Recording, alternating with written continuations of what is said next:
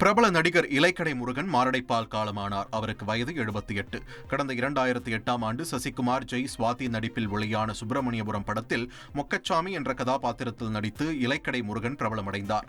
தனது கணவர் காலமான நிலையில் தங்கள் குடும்பத்திற்கு அரசு உதவி செய்ய வேண்டும் என்று அவரது மனைவி சரஸ்வதி வேண்டுகோள் விடுத்துள்ளார். காய்ச்சல் வந்து இறந்துட்டாரு. நான் 5 பொம்பளை பிள்ளைங்க, எனக்கு 5 பொண்ணுகளும் எனக்கு இருக்கு. ஆனால் அவர் தான் என் குடும்பத்தை பார்த்துக்கிட்டாரு. முடியாமல் வந்து ஹார்ட் அட்டாக் வந்து ஹாஸ்பிட்டலில் இருந்தார். 2 வட்டம் காப்பாற்றிக்கிட்டு இருந்தார். 3வது நல்லா தான் இருந்தார். நேற்று விழுந்துக்கா அந்த எல்லாருக்கிட்ட படத்தில் எனக்கு என்னாருன்னு கூப்பிட்டு தெரிஞ்சவங்க வந்து புதுக்கிட்ட வந்து எனக்கு இது பண்ணியிருக்காங்க. விழுந்துக்கா கீழே விழுந்துட்டார். விழுந்ததில் காலில் அடிப்பட்டு அது புண்ணாயிடுச்சு. காலில் ரத்தோட்டம் இடுப்பில் இருந்து கால் வலி அலைய வேணான்னு அலையாமல் இருக்க முடியல. கடைக்கு போய்கிட்டு இருந்தார்.